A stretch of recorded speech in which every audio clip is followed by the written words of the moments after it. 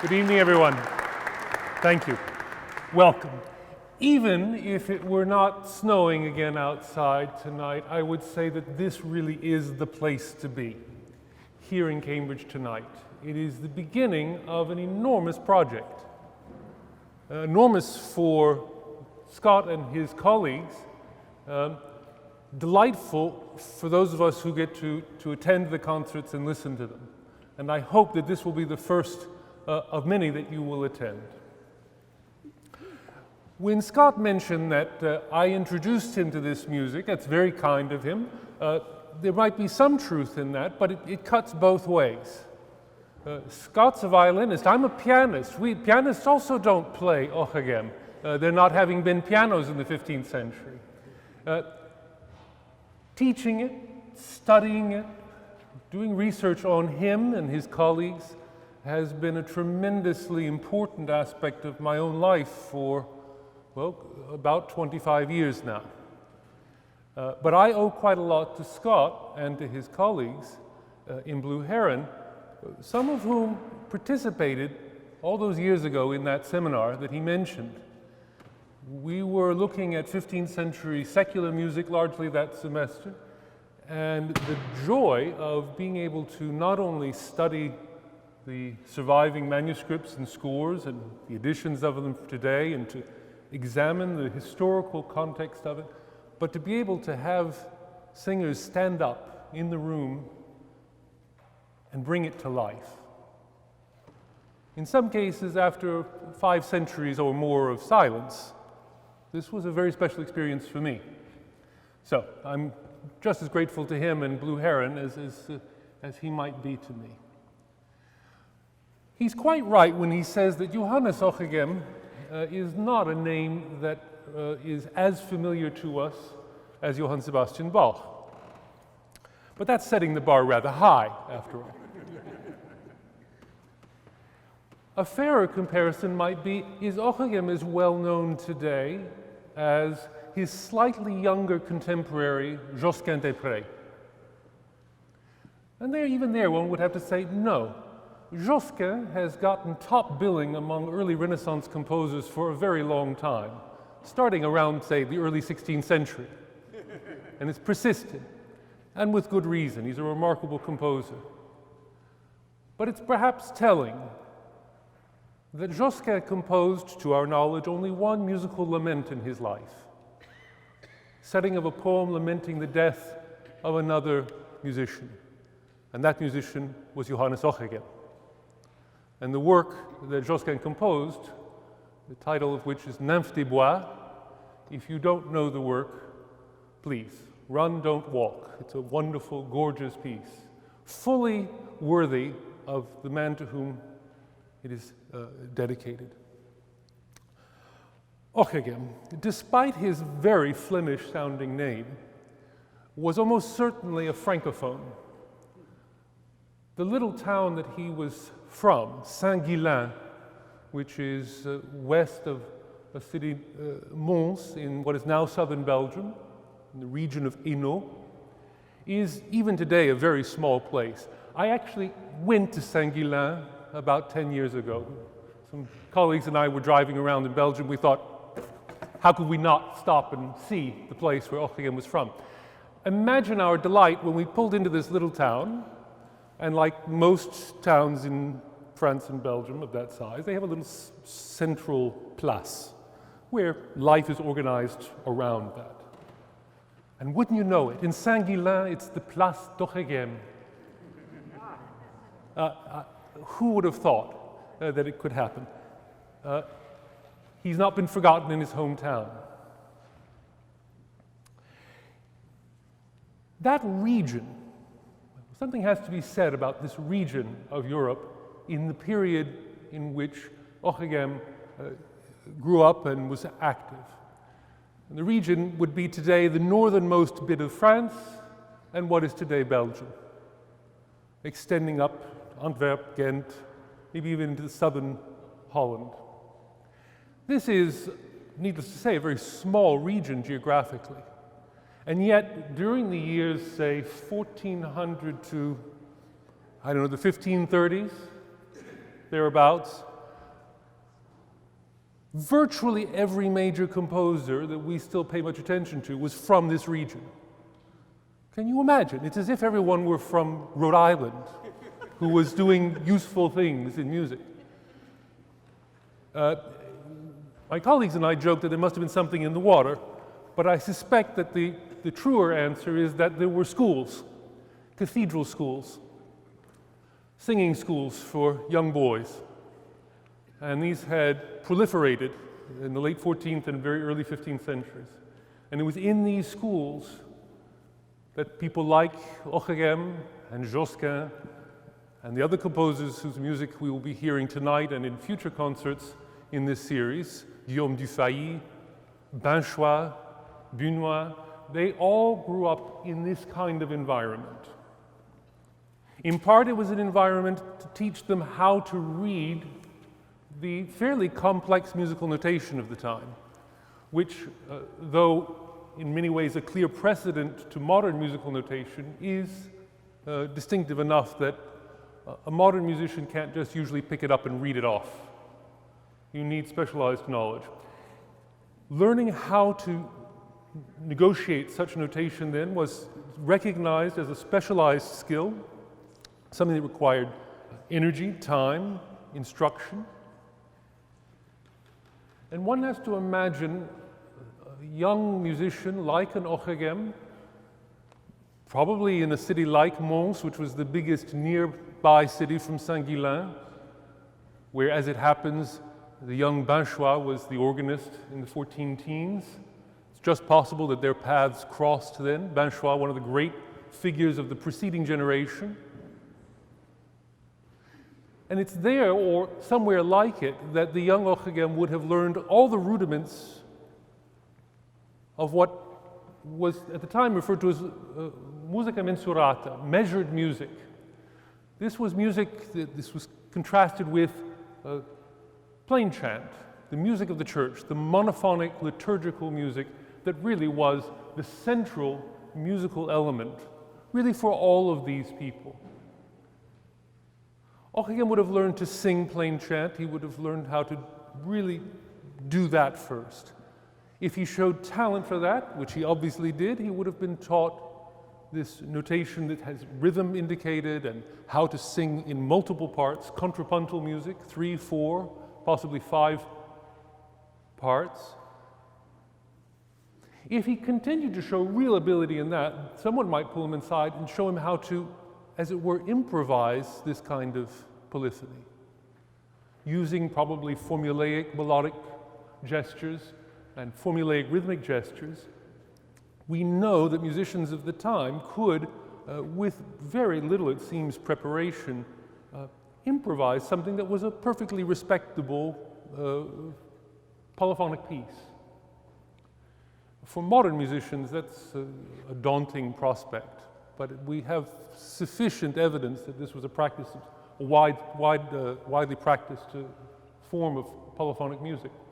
If, after all of that, he still showed particular skill, in all likelihood, someone would have pulled him aside and shown him how to compose, how to put music together.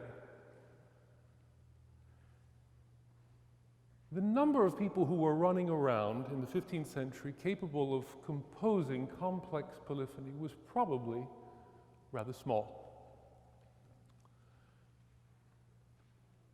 We know of, well, a few dozen who were extremely good at it, and of those, Ockeghem emerges as one of the 2 or 3 really supreme figures of the century.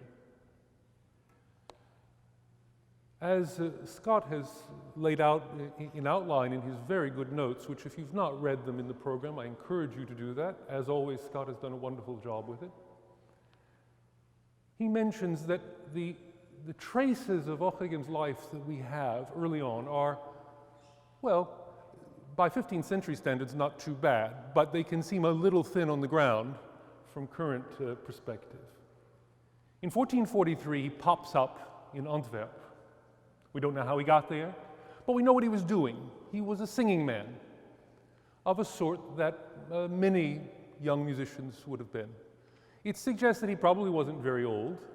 If he was in fact born around 1420, as many of us believe, He would have been in his early 20s. He stays there, not for a very long time.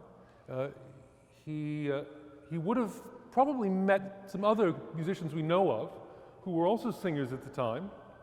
And Antwerp was a place where he also could very well have encountered some of the music, the new music that was making its way to the continent from England. Now, England calls for at least a couple of comments here. Brahms may have referred to it allegedly as the land without music, but in the 15th century, it had something going for it.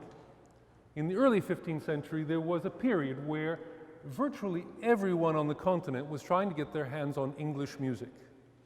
It's a sort of a thing about English music. But every 300 years, they produce a magnificent composer, and then they go dormant again. I don't know, it's strange. But in the early 15th century, there's quite a lot of music that's circulating on the continent, which people don't even know necessarily who wrote it. They didn't even know, but they would know that it was English.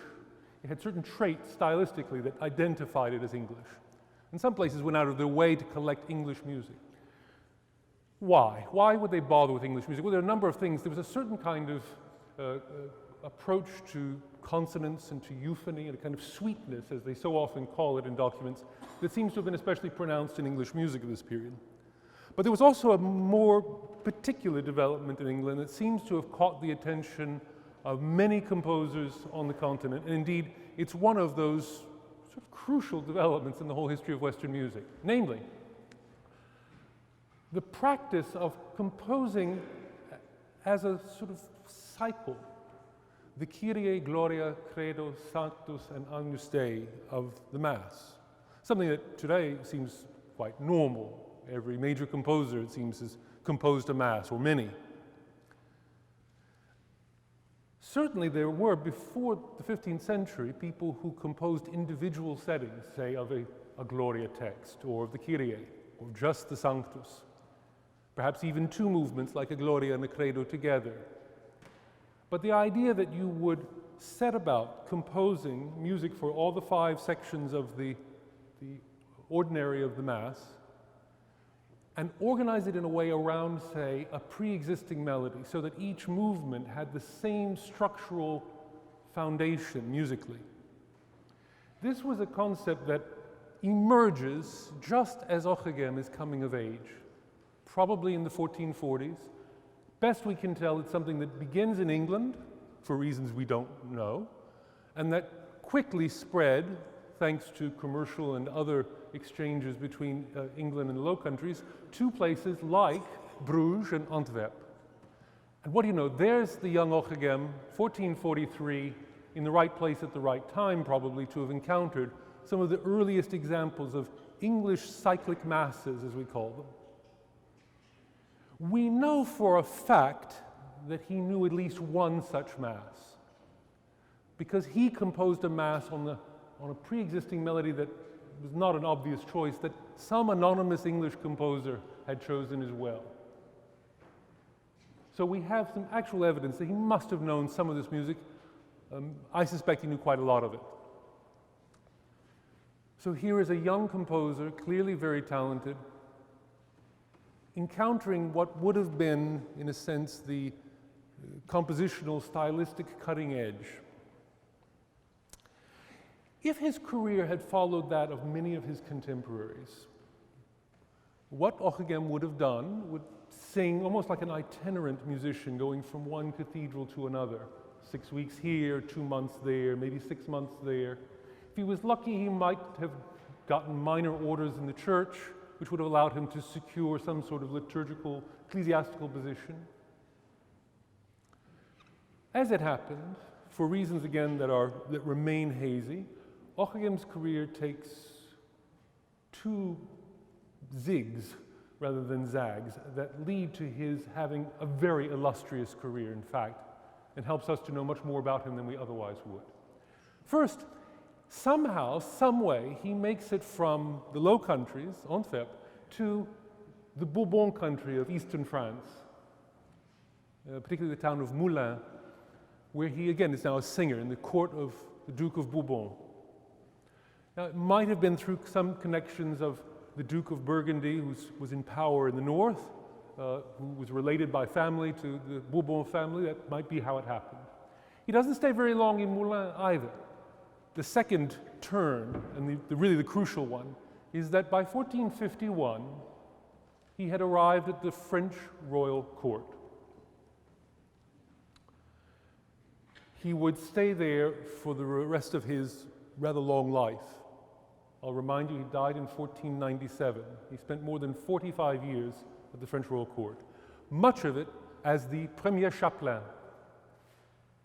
Not only that, not only was the first chaplain of the French royal court, he was soon named treasurer of the Royal Abbey of Saint-Martin in the Loire Valley city of Tours. Now, unfortunately, this abbey exists only in ruins still, but we know enough about it. This was a very impressive institution that enjoyed the patronage, direct royal patronage of the court. And to be the treasurer of this particular abbey was, among other things, very lucrative.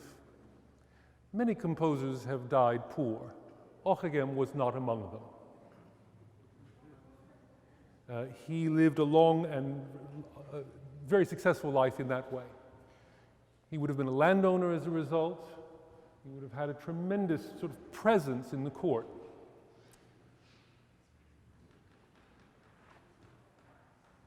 We know some things about his life after this. Certain details emerge, references to him. But I always think one of the most important things we know about Ockeghem, and one of the most telling things we know about him, is that he stayed at the French royal court for all those years. In the 15th century, a lot of musicians were very peripatetic, as it were. They would stay for a certain amount of time in one place, but they seemed often to have been on the lookout for a better position, a better environment, something that was more lucrative. Many of them in the 15th century, from the Low Countries in northern France, traveled to the Italian peninsula. It was a very common trajectory in their careers.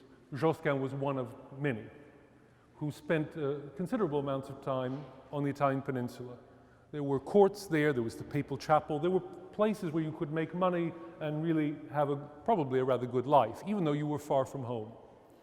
I always take it as very indicative of how good Ockeghem's life in Tours must have been that he never, to our knowledge, ever set foot in Italy. Never bothered. Why cross the Alps if you don't have to? Especially on foot. His career, as best we can tell, is centered entirely in the Loire Valley from 1451 on. There's one trip he makes to Spain, but other than that, he seems to stay in France. That tells us something else indirectly about him that's easily overlooked. Ockeghem becomes a famous figure. His name is known widely. His music travels widely. And I'll just remind you that in the 15th century, for music of this sort, for it to travel, that meant that someone had to make a copy of it by hand. The printing of polyphonic music only emerged a very few years after Ockeghem's death. He missed it just by half a decade, really. But his music does travel. It travels east into the German-speaking parts of Europe, south to Italy. He was widely known. He was known by reputation. There are references to him in letters among Italian ambassadors and so on. He had a reputation. Because we think of composers as international figures when we think about later periods of Western music, they travel, their music is printed and travels everywhere, it's easy to overlook what seems to me as a crucial element in all of this music of this period, but including Ockeghem, that it is local music, first and foremost. By which I mean, he wrote it almost certainly with a particular ensemble in mind. His ensemble, the French Royal Court's chapel. Now, there was turnover in that group. Singers came and went, but some of them stayed there for a long time. Again, life was good, probably, comparatively speaking, and so they stayed a long time. One wonders how specific it was. Was there a particular tenor that he liked, that he wrote some of his pieces for? Ockeghem himself, we're told, had a golden bass voice. It's a very nice thing to know. You never know when people say things like that, a golden bass voice. Was it really a good voice? Possibly. But he probably was a bass. And it's interesting to look at his music and see how much of the time he bothered writing extremely good lower voice parts. The bass parts of Ockeghem's music are often, first of all, some of them are quite low, at least as they're notated, but more importantly, they're elaborated in a way. They're not just supporting pitches down there like the bottom of a house. They're doing their own thing. Perhaps he was writing for himself. He, like all of his contemporaries, would have spent a lot of their professional life singing, not simply composing. Indeed, one suspects that with a lot of the figures from the 15th century, who today are the major figures for us, that their lives would have been spent only partly in composing. That their positions within the church, either as actual priests or simply as having minor orders, some sort of ecclesiastical position, this would have taken up their time. Their singing responsibility, singing other people's music or singing plain chant in the daily round of services of a court, of a chapel, of a cathedral, this would have occupied a great deal of their time. Still, Ockeghem, though, as Scott mentioned, we don't have nearly as much music from Ockeghem as we have from Bach. I'd give my eye teeth if we did, but we don't. But it's worth noting that we have 13 Mass cycles from Ockeghem. 13 Mass settings, which, it's true, that seems rather small compared to Palestrina, with roughly 100, as I recall, in the following century. But I'll just point out that Ockeghem's the first composer from whom we have Masses in the double digits. Before him, we have 4, 3, none, 5, 7. No one has more than 10 before we get Ockeghem. So, in context, we have quite a lot of music by him. We wish we had more motets by him. There are only 4 motets. These are medium-sized works, usually liturgical in nature, with Latin texts. There are a number of such pieces that are attributed to Ockeghem, but really only 4 that seem that my colleagues and I seem to be able to agree really must be by him. Apart from that, it gets very shaky very quickly. As happens sometimes with famous composers, later scribes would sometimes or printers, attribute a work to Ockeghem, I don't know, in the hopes maybe of selling more prints or of attracting more attention. But these are, in most cases, almost certainly spurious attributions of pieces. So, 13 Masses, including, by the way, the earliest surviving Requiem setting. We're told that his older colleague Guillaume Dufay wrote a Requiem, but it doesn't seem to survive. So Ockeghem's is the earliest. There's an idea that has a future in front of it, no? Mozart, Berlioz, Verdi, Brahms. This is an important moment in the history of Western Mass music. So, 13 Masses, a few motets, and then, thankfully, particularly from my own perspective, I have to say, we have a nice collection of secular music, some of which you'll hear tonight. These are settings of short French poems, many of them dealing explicitly with love, most often of an unrequited variety, although occasionally some of Ockeghem's songs venture into more serious territory even than that. These are works composed on a smaller scale, but I must say they are some of the most finely wrought pieces of the period. Some of the most elegantly conceived music, frankly, that I know. Period. By any period. And I'm delighted that as part of this survey of Ockeghem's music, there will be this complete survey of these songs.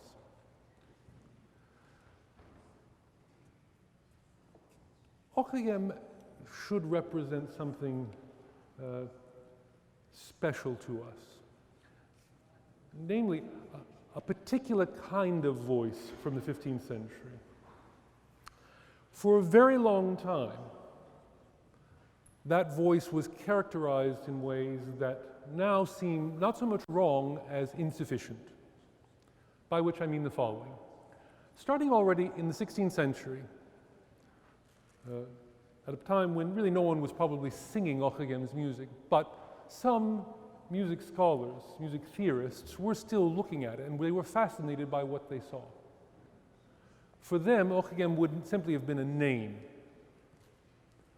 And then the music that survived, they focused on 2 or 3 or 4 pieces only, and they sort of obsessed over them, because they were pieces that had particular compositional, they reflected an extraordinary compositional prowess.